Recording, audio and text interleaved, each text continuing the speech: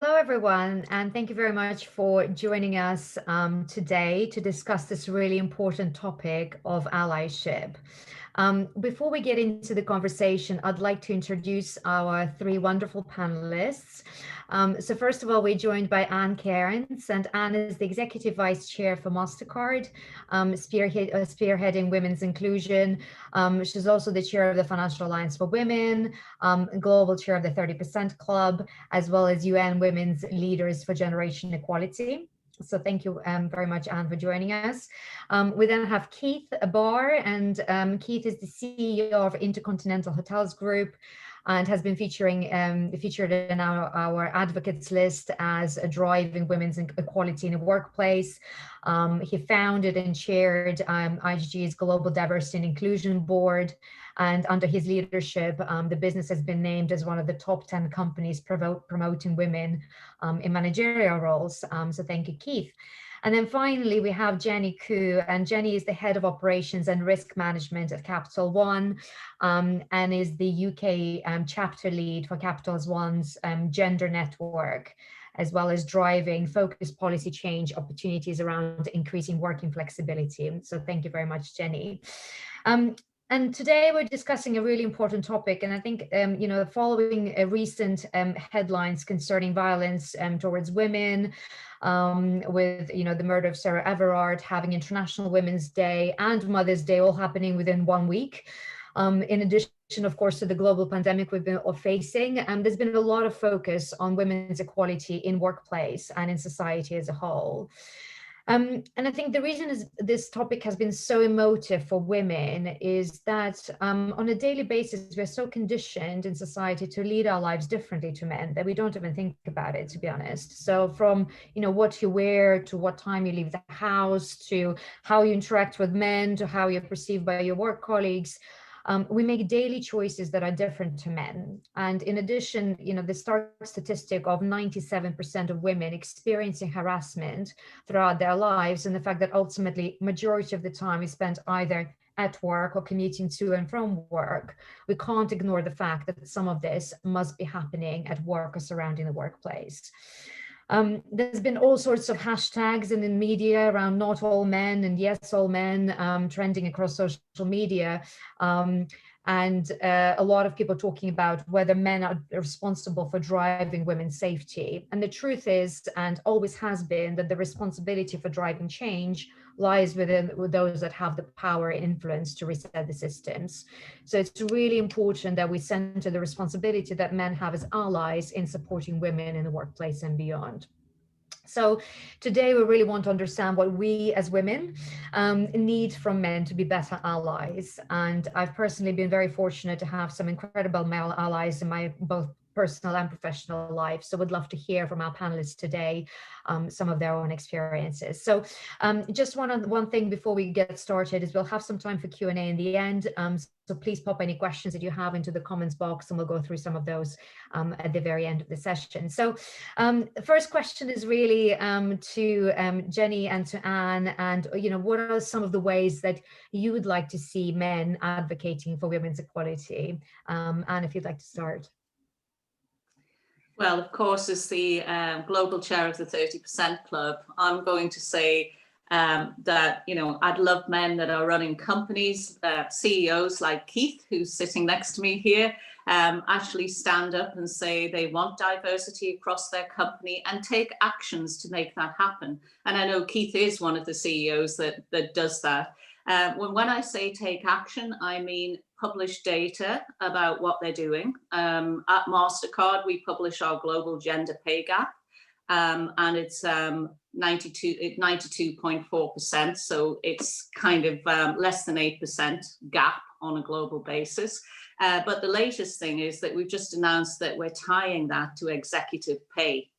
And I think taking action like this is what will really make the difference. And of course, it's our CEO and our chair, who are both men, who are supporting this. Fantastic. And what about you, Jennie?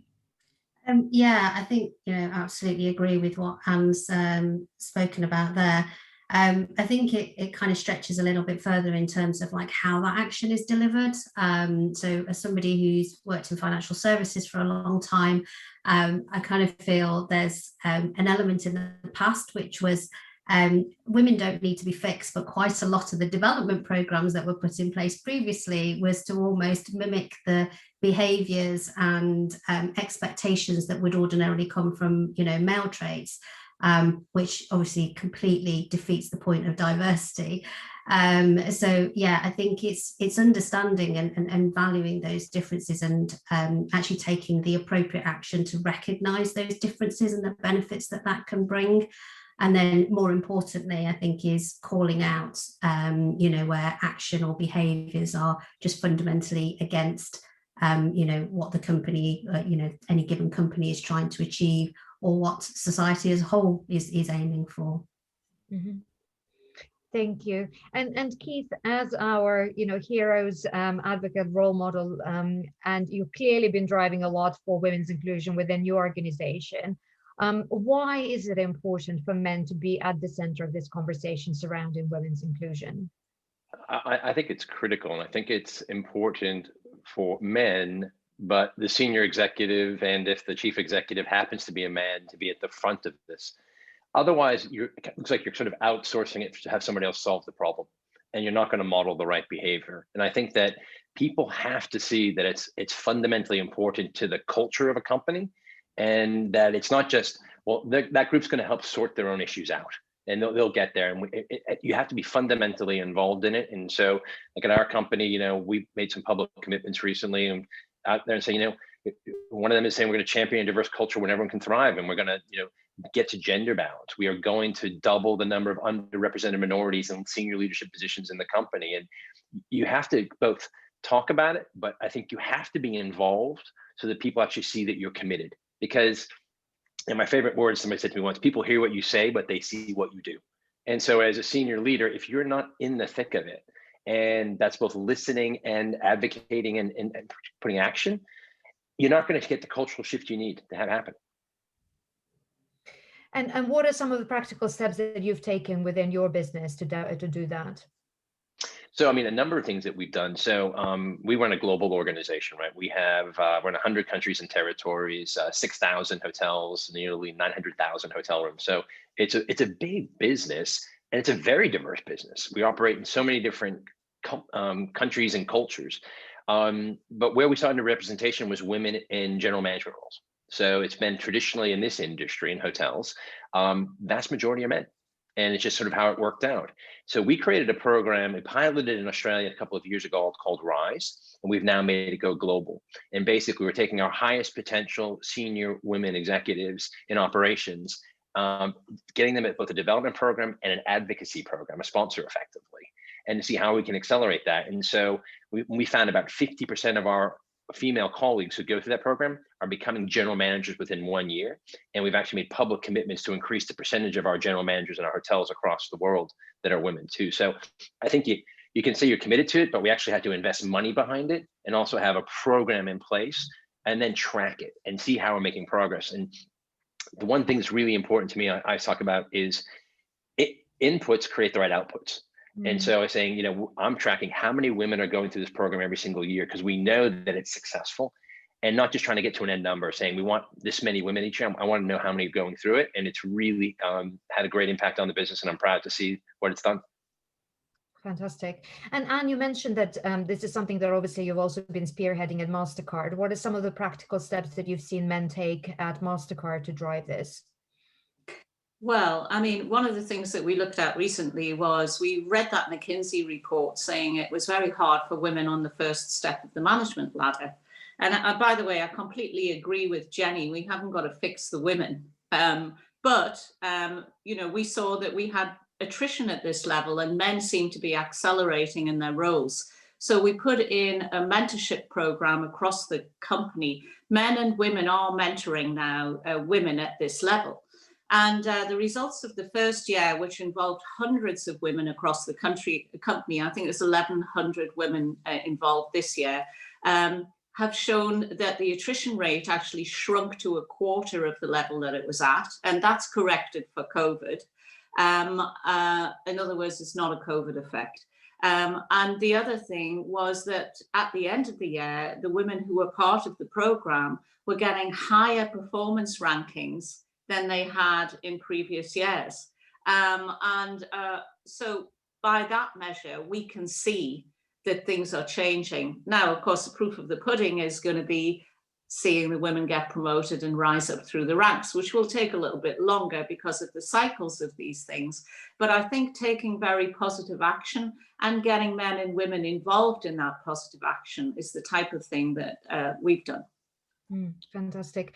And Jennie, as somebody that really advocates for intersectionality within your role as well, what do you think are some of the ways that we can broaden women's equality initiatives to include, you know, ethnic minority women, LGBT women, women with disabilities, and so on? Yeah, so the way I've always described and positioned this with people is like, I use me as an example all the time. Like, I'm female and I'm clearly Chinese. To ask me to fit into either one or the other, I can't physically choose between those. I am both.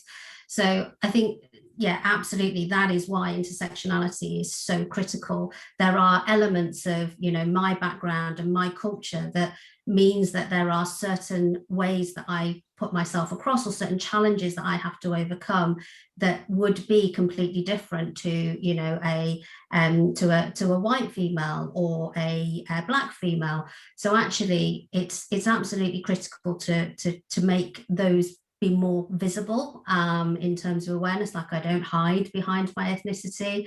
You know, I'm very proud of my surname. My other half, not so much, because he's like, why do I not have his? But it's almost like it's an unnecessary barrier. Like, at least if people see the name Jennie Koo, they know that Koo is not a British surname. So that's one barrier straight away, and I'm quite proud of that. But then when you add in those other lenses, and when I think about, you know, particularly with LGBTQ, like there's huge barriers in place that people don't necessarily choose to talk about because it's either awkward or they don't know enough about it. And it's like, well, if you don't talk about it, how are you going to bring that inclusive nature into, you know, whether it's your organizational strategy or just in general, you know, how to make those people feel more included in what it is that you're trying to achieve.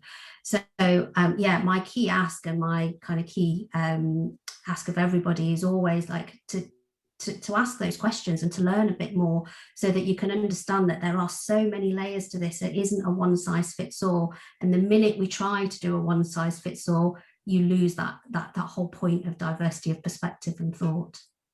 Yeah, that's very helpful. And I think, you know, one of the things that we have definitely noticed, and I know we talked about this earlier in our conversation, was around the pandemic and the challenges that's really created for women's inclusion. First of all, actually, you know, what have been the challenges? And I think, Keith, we definitely discussed some of those earlier. It would be great to get your perspective on that, and perhaps also some of the ways that we can overcome those challenges too.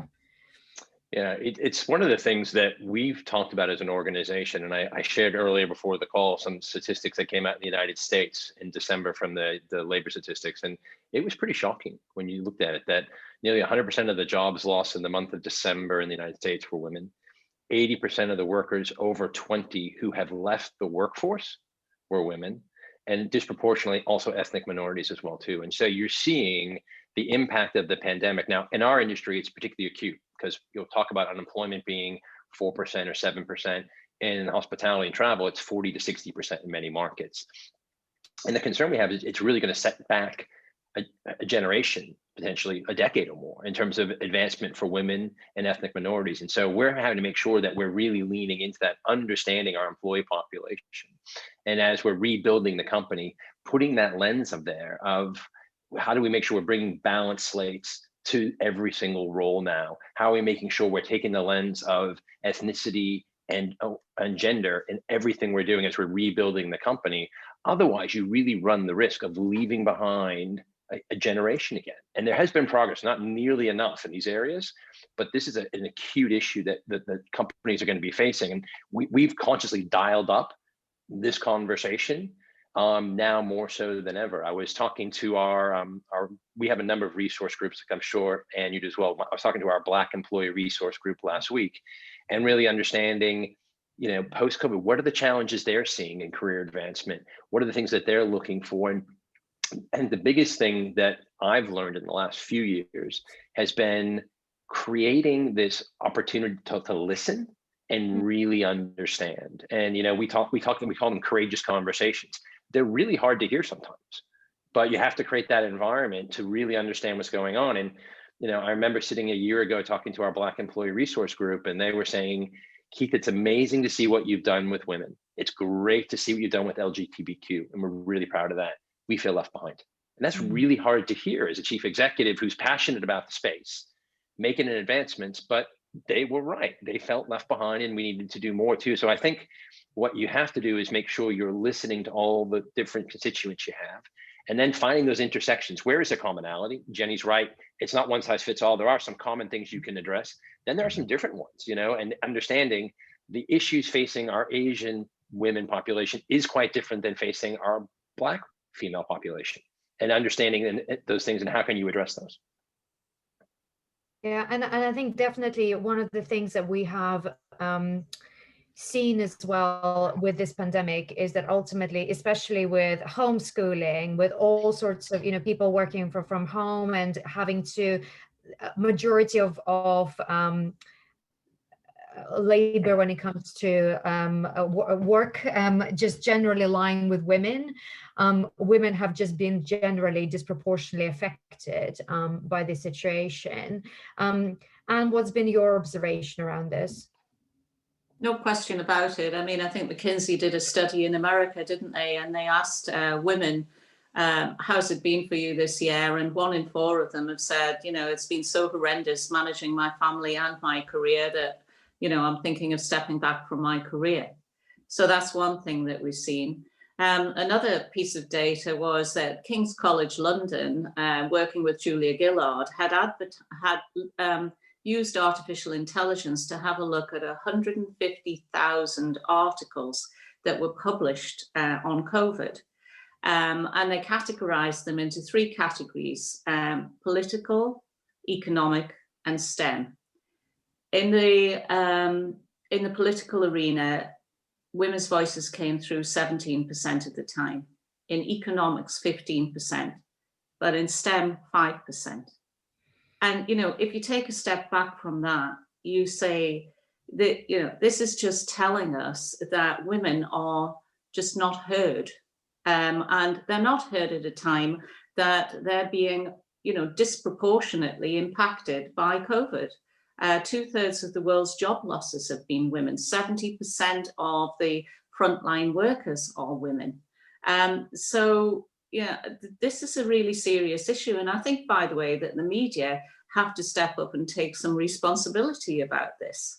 But, other things happen. I mean, I know myself, in my day job, obviously as the vice chair of Mastercard, I can talk about artificial intelligence and payment systems and so on. And yet a lot of the time I get rung up to talk about women because I'm a woman, which is actually fine. And I always say yes. But Keith probably gets rung up more to talk about what's happening in the hospitality industry than this subject. And so we've all got to change. Yeah, and this is something I think we're going to come on to later, because that's obviously been a campaign. The theme for International Women's Day this year, for example, has been the Choose to Challenge campaign, which is basically to challenge perceptions of women, as well as our own biases that could impede women from succeeding. So to your point around, being as a woman, being asked to constantly talk about women and not being seen to be talking about other subjects, I suppose, what do you think is, I suppose, what is one thing that you would like to see change or challenge from a business or a wider societal kind of level with regards to women's equality? Well, I think that firms should be thinking about fielding their women to answer questions on business, technical questions, and so on, and really getting their women's voices out there. Because, you know, who keeps saying, if you can't see it, you can't be it. And, you know, particularly people are looking for role models. People want to see diverse faces in front of them. You know, Jennie's point about I'm Chinese and I'm a woman, but actually, I believe, Jennie, you're in Capital One and you're sort of a risk manager as well, right? That's another feature of who you are. So, you know, we'd like to see you talk about risk management as well. I'm sure you do, but you see the point I'm making.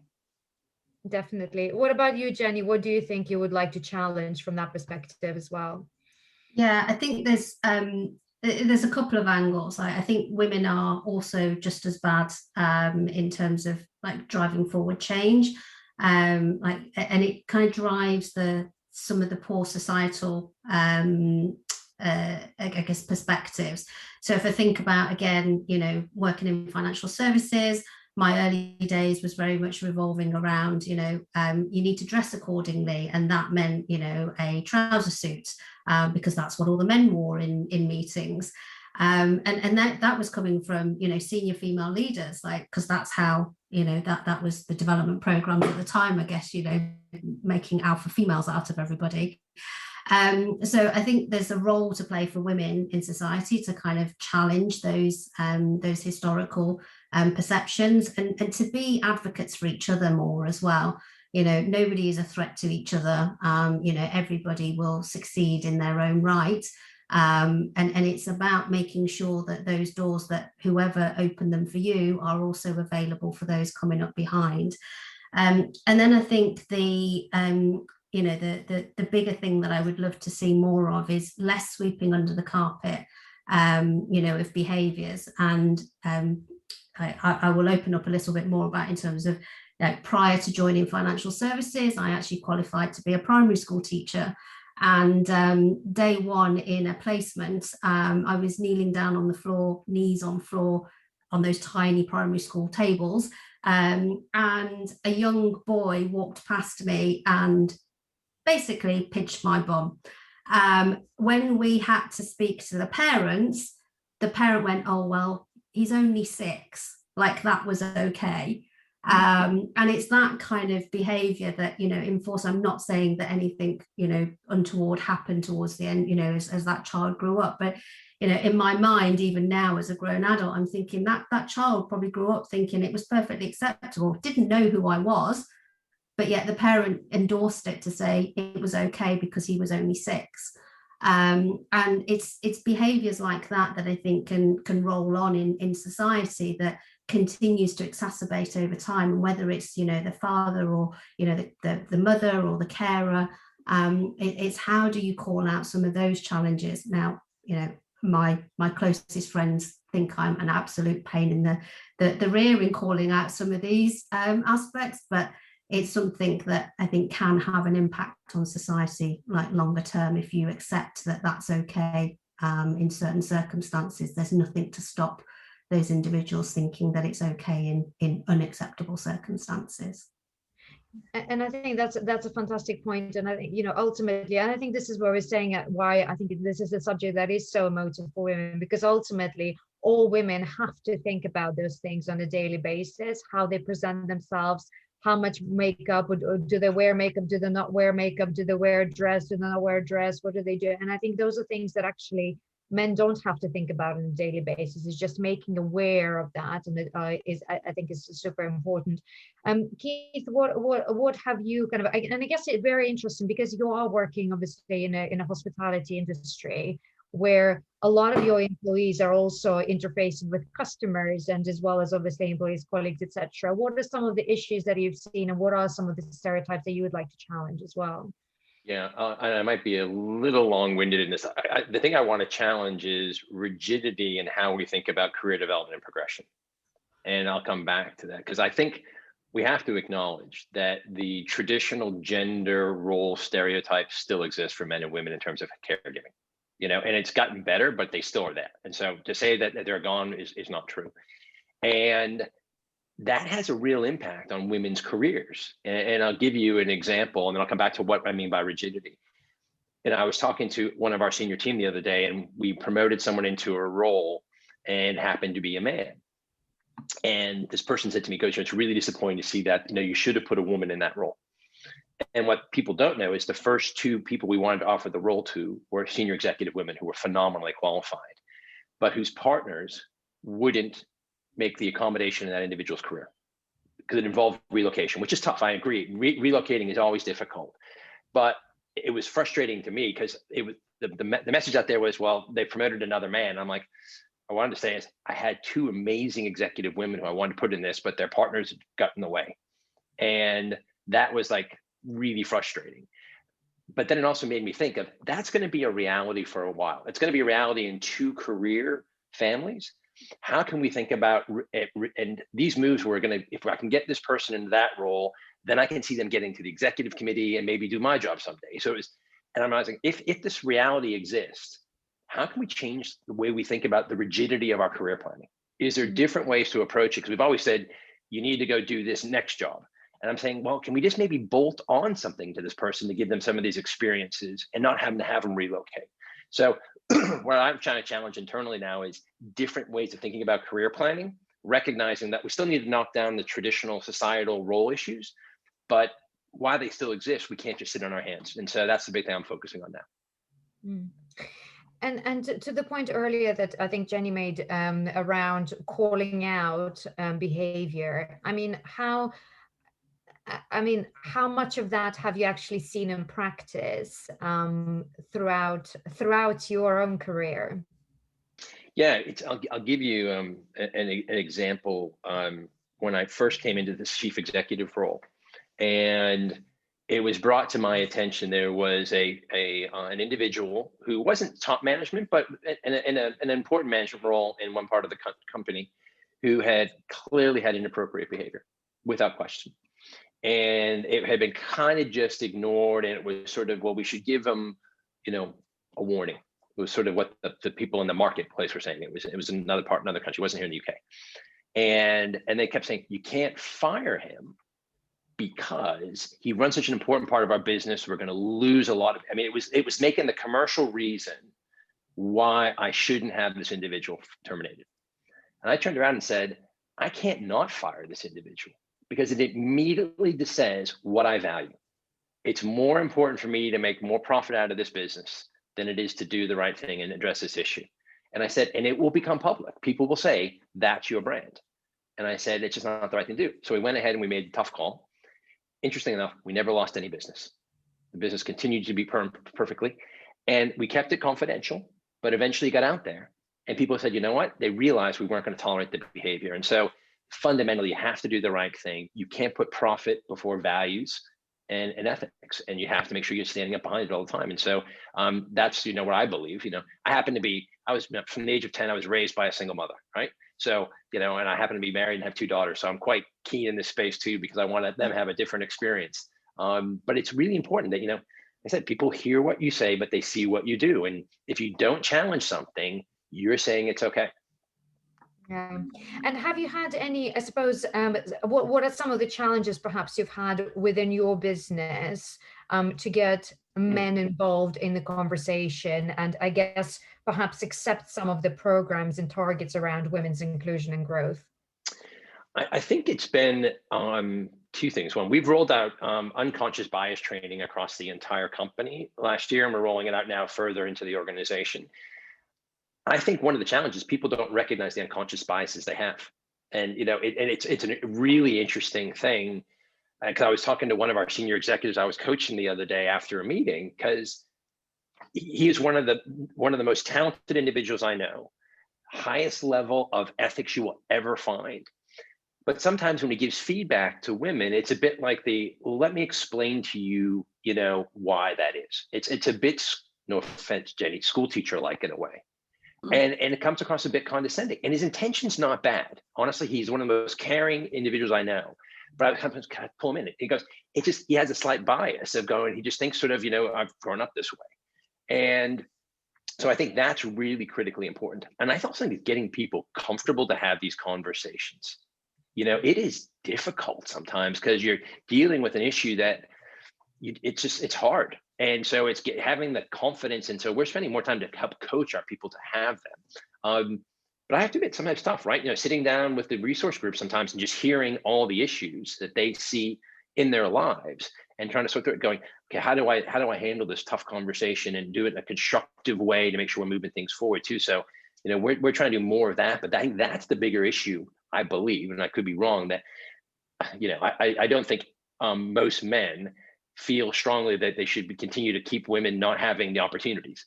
Sometimes they just don't know how to help, how to be an advocate, how to have a conversation, and how to listen appropriately too. So we have to do more on that side to unlock more of that in the business. What about you, Jennie? I mean, what have you seen within your own company about men supporting women, or being, I suppose, not being blockers, but I suppose trying to get them on board with the conversation around this? Yeah, I'd probably talk more broadly across financial services, actually. So, like, for those of you who don't know, I'm also on the board for a not-for-profit organisation called Women in Banking and Finance. So we work across a number of financial institutions. And I think what has been really prominent over the last few years is that desire that kind of Keith's talking about, that people, men are stepping forward to be, play a more active role in the allyship space, and wanting to understand more about what it is that they can do to help. And I think for us as individuals and as organisations, providing that space to enable that to happen, and a safe space at that as well, is critical. So utilising your employee resource groups, or your networks, whatever you call them within any given organisation, and making sure that there are no downward consequences or performance consequences off the back of it by speaking the truth, or sharing and airing those concerns or barriers, really starts to help unpick, I think, some of those challenges, and enables action, like tangible actions, to be taken. But yeah, I think the key is actually opening up the opportunity for people to come and step forward and ask those questions. And then on the flip side is obviously, encouraging more men to kind of step up and actually actively listen, as Keith said. And obviously, also being the global chair of the 30% Club, that's been you've been a huge advocate for driving women's inclusion. What have you seen also within your career of, I guess, the successes, but also lessons learned really from that perspective, on how best to get men to support and be allies for women? Well, I can tell you two really interesting stories. The first one is quite short. When I started going for board positions myself, obviously I'd been a senior executive at one of the biggest companies in the world, sitting at C-suite level and so on. And I'd been a banker for over 20 years. And I went for a board interview, and the head of the audit committee was interviewing me, an older chap who had been a CFO of a big company, and he leaned across the table and he said to me, so can you read a P&L then? To which, running 60% of Mastercard and having worked, as I say, did you laugh back in his face, or what was your reaction? Well, I just said yes, because I think I was quite gobsmacked at the time, but it kind of, brought me back to being a young engineer and being asked, do you know what a valve is? This kind of question, No, do you? So it's quite amazing. I think that still happens. The other thing is, when I took over as the head of international for Mastercard, it's 60% of the company, 200 countries around the world. And I saw that I only had a handful of women running countries. And I thought, well, I want that to change. So I went around the world. I talked to all my hiring managers and my region heads. And I said, I want more women in country management roles. And then for 2 years, absolutely nothing changed. To which I thought, I'm obviously a stellar, successful executive here. So I said to my head of HR, what should we do? And she said, well, I tell you what, let's not tell them who to recruit, but let's just say every country head that's going into position, you want to meet the hiring manager and the region head, and for them to sit down and tell you why they chose that person. Wow. What a difference. I mean, within the first year, we got 10% more women. Very quickly, we moved to 30% women in this post, in these posts, and not easy countries, you know, countries like Venezuela, Nigeria, you know, Ukraine, but, you know, but also Spain, you know, the Nordics, France. And the thing was, it was just that they knew that a senior manager, or the head of the business effectively, was just checking that they were running a fair process and they were choosing the right, you know, the best candidate. So I think you just have to take responsibility and things will change. Yeah, fantastic. And I guess we touched a little bit about the pandemic and I suppose the challenges that it's created, but what are the opportunities? Because, you know, again, what we have seen, you know, is that flexible working, which for years has been very much kind of a bit of a sticking point and, you know, a bit of a taboo subject for most companies. Are you really working and what are you really doing? You know, we've clearly seen that, you know, that we're all working probably twice as hard, if anything, from home. So what do you think are the opportunities that the pandemic has created for women and equality? I think it does depend on your industry. I mean, obviously, Keith is in an industry where people have got to be present in a lot of cases in their roles, whereas Jennie and I are probably in industries that you can do practically virtually all the time. And so I do think that the level of flexibility this has introduced is really great. And women have been fighting for it for years. And it will be lovely if we go into a future of work where we get the balance right. And we don't penalize people from working from home. I've said we've got to switch from input managers to output managers. And I was actually talking at a conference in India recently, and somebody asked me the question you've raised, Anja, like, how do I know that my staff are working? And I said, well, you're asking the wrong question. I mean, are they delivering the things you ask them to deliver? Yeah, and I was trying to think of an example for me, and obviously I'm on quite a few boards these days. And I said, for instance, I'm a speed reader, and if I've got a 400-page board paper to read, I can read it in several hours. I said somebody else might take twice as long, but providing we both read it and we can both contribute to the discussion at the board, then why would you care that, you know, I did it faster than somebody else? You know, it's not about measuring time. It's about measuring impact. Can't do it, you know, you've got to think about jobs in a completely different way. And I think when we're designing the work environment of the future, we kind of got to start from first principles and not just go back to where we were. Keith, what about you? You felt like you wanted to give your perspective. Yeah, no, it's fascinating. I sit on a couple of boards, and every conversation we're having is about the future of work.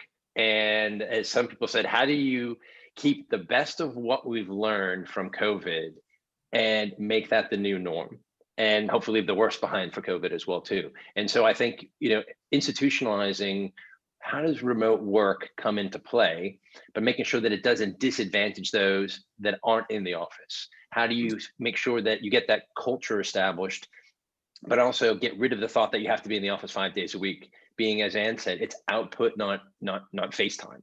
And so I think we're all heading down that path of recognizing we can improve work-life balance, quality of life for people, and not lose productivity. I think it's been different during COVID, because I think we've worked too much also, you know, and most women have been also, you know, I know the individuals that have suffered the most at the corporate level for us have been women with children less than 10 years old.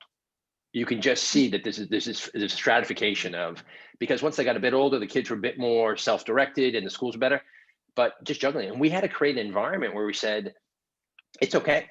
Like my assistant, she's got young kids. I said, honestly, you tell me when you can work and when you can't, and we'll work around it. And it wasn't like, I need you here on these hours, because, I don't want to be creating that additional stress. And, we had to model that. So, throughout COVID, I was doing company-wide video calls like this for sometimes 5,000, 6,000 people, talking for 30 minutes, and then opening up to 30 minutes live Q&A, any topic, unscripted, just in a chat.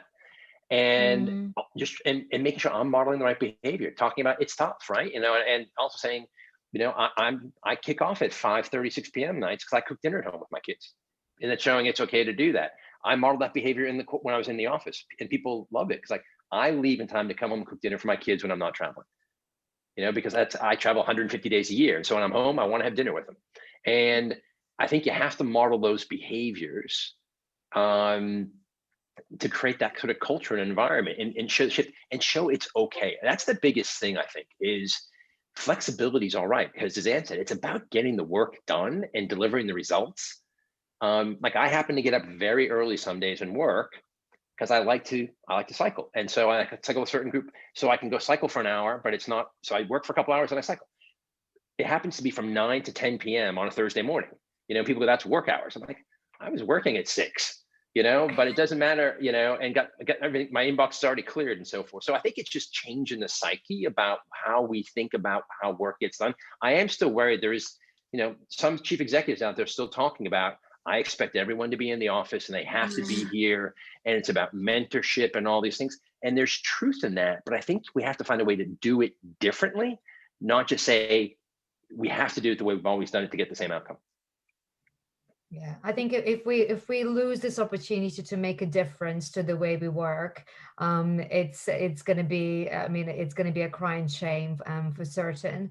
So I guess we've got, before we go into some of the questions that we've received today, I think the key thing around the conversation today is we talked about obviously what we as women need from men allies to support us in the workplace and beyond, and what's been some of the lessons learned in terms of the good, the bad, and the ugly perhaps of our careers to date. But I guess, if you were to summarize for, one piece of advice that you'd give to men who are keen to advocate for women, but they don't know how, I guess, where would you start? And I will start with Jennie, actually. Yeah, so I'm opening the doors. Like, if anybody wants to come and speak to me directly, please feel free to reach out to me.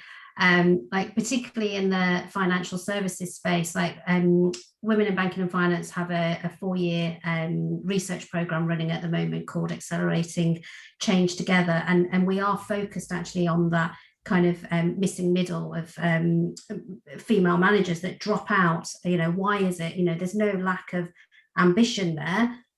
It's just the opportunities, and actually getting under the skin of some of that, and the environment that we create in our different industries. Have some, go do a bit of research and read it, and then come and have a conversation, so that we can actually add a bit of meat to what those research narratives are saying. I think the other piece is, don't be afraid. I will quite happily talk in these kind of sessions. I talk quite openly in my day job, as well as multiple volunteering activities. If I say something that feels uncomfortable, come and talk to me, because I'd like to make it more comfortable for those individuals, so that they can carry on those conversations more broadly. But yeah, I think the key for me is keep talking about it, and the more you step into that uncomfortable position, the more comfortable it becomes. Yeah. What about you, Keith? What would be your piece of advice for men to take away from this? I think it is find someone you trust and just sit down and talk about it. I have been surprised. I have some senior executive women who work with me who I have a very good relationship, who I honestly assumed this wasn't a big issue for, and all of a sudden you talk to them and you open up about how big of an issue it's been in their career, and you just don't understand it. But because there was a level of history and trust there, you can learn in that. It's difficult to just do it broadly, but it was amazing to me of going, I was like, really? And there was enough of a relationship that I could probe it in a safe way and understand it and saying, you know, I'll give you an adjacent example. I was talking to one of our Black colleagues in the US and I said, do I say person of color or do I say African American or do I say Black? And he just laughed and he's like, you're right, it's a very confusing thing. We should talk about it. I'll tell you why it is like that and what you should do. But if I didn't have that relationship with him, I wouldn't have been able to have that conversation easily. And so, because trust, so I say find someone you trust and just get into this topic and just see what we can learn from it. And actually, that goes nicely to one of the questions that we had from the audience. And actually, I'll just address it to you, Keith, just because we're talking about this subject. I think we had a question from Joe, which said, how can I implement the choose to challenge culture when challenging, I suppose, can make people feel like they're being scolded? So I guess, you know, sometimes, and we do live in a bit of a cancel culture as well in the world where, you know, you are saying the wrong thing and then actually you're really being reprimanded for it as well. So how do you encourage this while still maintaining, I suppose, integrity of individuals? It's a difficult one, right? Because I think you can soft sell it.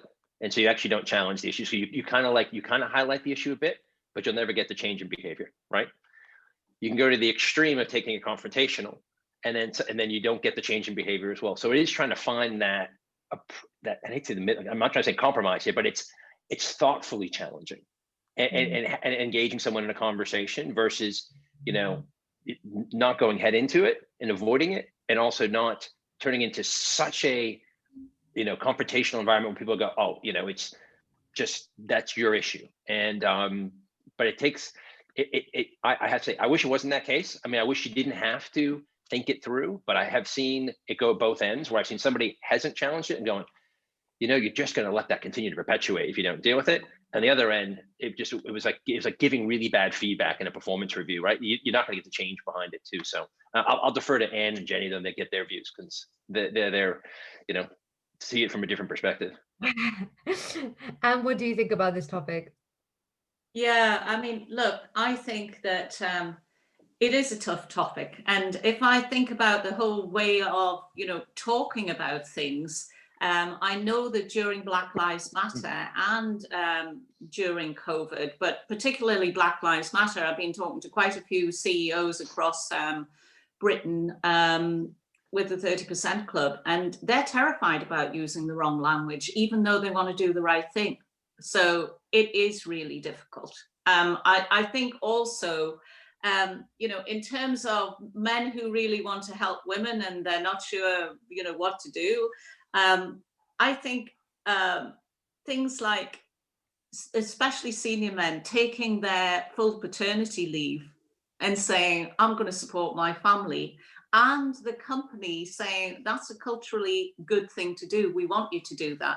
I was asked to speak at our office in Japan about diversity and inclusion, challenging. And I actually looked around the room. I could see all of these young guys looking up at me, and I said, "Okay, I'm going to talk about you. You're probably all going to be parents soon, and we want you to take 4 months paid leave, you know, to support your wife and family." And they all kind of went, "What? You know, this is the first thing she says to her." And then, you know, as the conversation went on, it became great, because one guy actually put his hand up and said to me, "I want to recruit a woman, but the headhunters in Japan have sent me 67 men for the job I've got advertised." So I said, "Far be it from me to help you find a woman," which they thought was actually quite funny. And I said, "But look," I said, "you know, your mother's a woman, your sister's a woman, you went to business school with women, you went to university with women, some of your customers are women." I said, "You know, you in your own network know quite a few women." I said, "Go out and talk to them. And by the way, push back on your headhunter and say, give me a decent slate of people." Of course, that's a natural thing to do. But don't discount, you know, all of the places that you reach that you know women who are good in the corporate world as well. And I think having these kind of very honest conversations between people is really important. No, that's very helpful, and so thank you so much for that. I'm conscious that we are trying to wrap up the conversation, and it's been really, really interesting today. So thank you very much for all your inputs. And I think some of the biggest learnings that I think we've taken away from today is don't be afraid to have the conversation.